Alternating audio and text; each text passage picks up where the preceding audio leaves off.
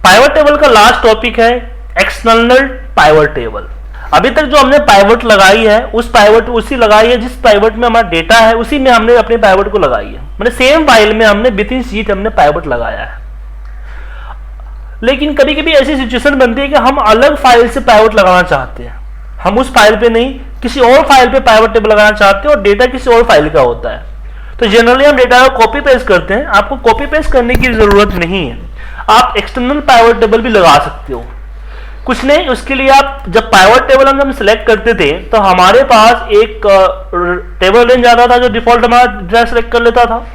लेकिन अगर हमारे पास कोई डेटा इस फाइल में नहीं है तो उस केस में हम करेंगे use external data source, choose connection, browse for मोर,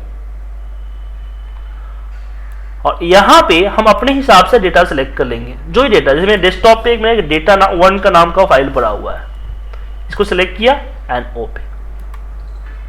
अब इसमें बहुत सारे शीट्स हैं तो पाइवट किसी एक शीट से ही लग सकता है, तो आपको बताना पड़ेगा कि कौन सा पाइवट है।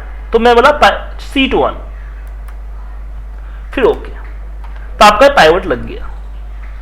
यहां पे आप जो भी यूज करोगे वो आपका किसी और फाइल में, वहां डेटा अपडेट होगा, इसको रिफ्रेश करोगे आपका पाइवट भी अपने आप अपडेट हो जाएगा।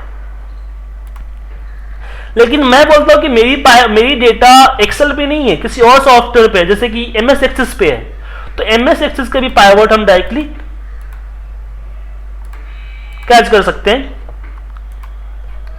सेम तरीका है ब्राउज फॉर मोर, इस पे ब्राउज एक्सटर्नल डेटा सोर्स के लिए कि चूज एक्सटर्नल डेटा सोर्स,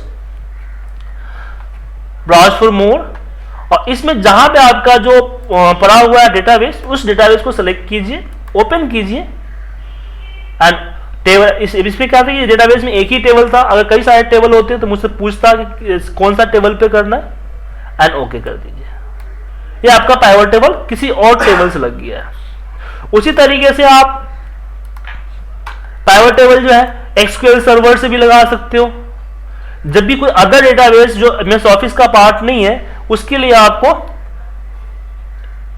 जब भी ब्राउज फॉर मोर करोगे तो न्यू सोर्स होगा, न्यू सोर्स पे जाना है, एसक्यूएल सर्वर, और जो भी सिलेक्ट करना है आगे आप जो पूछेगा आपको देते जाना है। सिंपल है, मेरे सिस्टम में एसक्यूएल सर्वर नहीं है वरना आपको मैं करके दिखाता। तो पाइवट टेबल आपको प्रैक्टिस करने से ही समझ में आएगी। तो आप गूगल पे जाइए, गूगल पे pivot table dot XLS search कीजिए, बहुत सारे फाइल्स आ जाएंगे आपको। उस फाइल पे लगी हुई पाइवट टेबल को नकल कीजिए। सबसे पहले आपको पाइवट टेबल सीखने के लिए पाइवट टेबल की नकल करनी जरूरी है, नकल कीजिए तभी आपको पाइवट टेबल समझ में आ पाएगी। अब